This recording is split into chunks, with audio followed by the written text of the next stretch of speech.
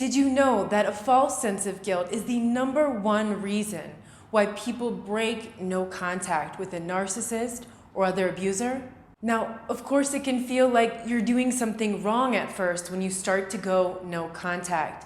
Eventually, it does get easier. This video is going to help you to strengthen your no contact, to deal with the hoovering that could be coming and maintaining no contact, and to prepare for the inevitable hoovering that does happen. No contact is a boundary that you set to protect yourself. Now, if you're co-parenting with a narcissist or other manipulator, no contact is a modified no contact. It means you're co-parenting, only having contact, having to do about things with the children, but you are ending your personal relationship with that person. No contact is not a punishment. No contact also doesn't mean that you're miraculously healed. It is, however, a very important step in your healing process. No contact is not a discard. A discard is using someone and throwing them away like a piece of garbage.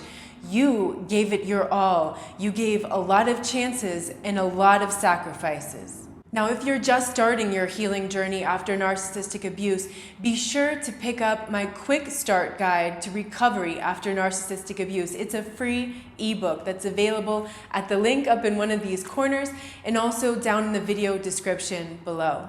I'm Meredith Miller, and this is the Inner Integration YouTube channel where you can learn how to self-heal after narcissistic abuse. Today, I have 5 tips for you to overcome the false guilt of going no contact. Number 1, remember why you went no contact to begin with, or why you want to go no contact if you're trying to get yourself past that guilt to set the boundary. That why is abuse, manipulation, betrayal, sabotage. Remember, what was that frying pan to the head lesson? You know, that turning point, things got so bad that all of a sudden you said, enough. You don't owe them anything more. Remember why, so you can overcome the self-doubt, the discomfort of going no contact, because those will inevitably result in a false sense of guilt. Number 2 is grow your self-respect. If you don't, you will end up allowing people in your life who are not respecting you. You'll stay in relationships with other people as long as they respect you just a little bit more than you respect yourself. Now, the awesome thing is when you set that boundary of no contact, you're automatically participating in your self-respect because that boundary stops yourself from allowing more abuse in your life. That raises your self-respect. Take responsibility for yourself. Stop allowing people to victimize you by maintaining contact with them. Number 3, understand that false guilt is a result of guilt tripping. Guilt tripping is a weaponization of guilt in order to control and manipulate other people.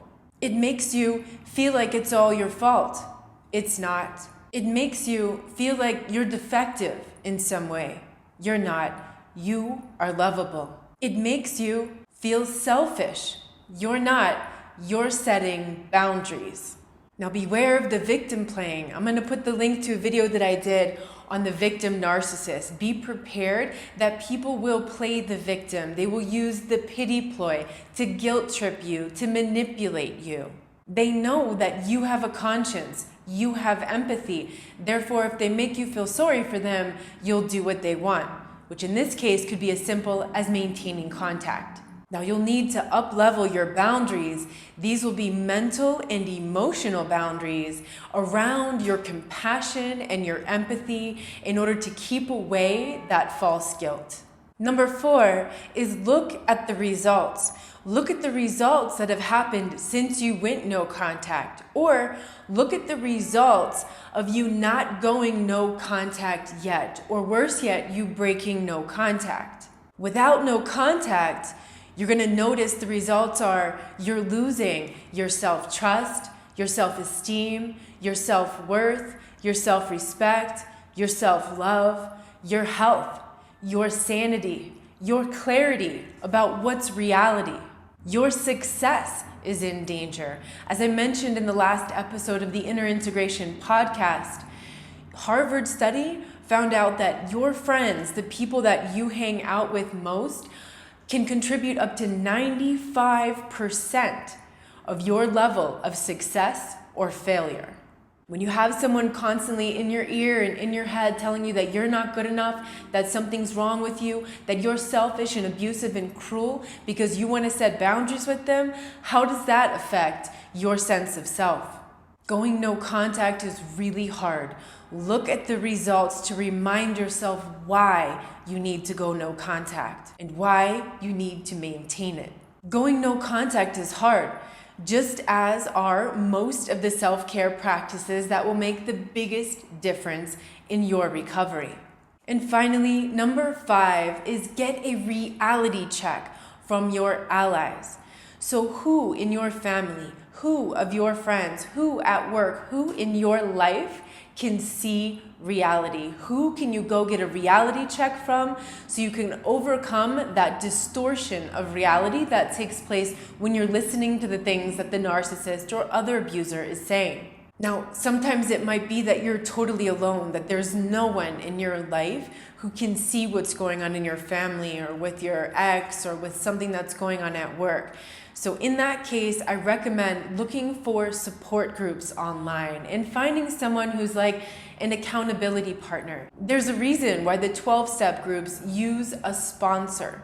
That's someone who's a little farther ahead in the journey than you are. That person keeps you out of that distorted reality, keeps you sober, keeps you out of the fog, which is the fear, obligation, and guilt. Now, I know going no contact can be the most difficult thing you ever do in your life, but from my own personal experience and from the experience of many others, it was the best decision I've ever made in my life.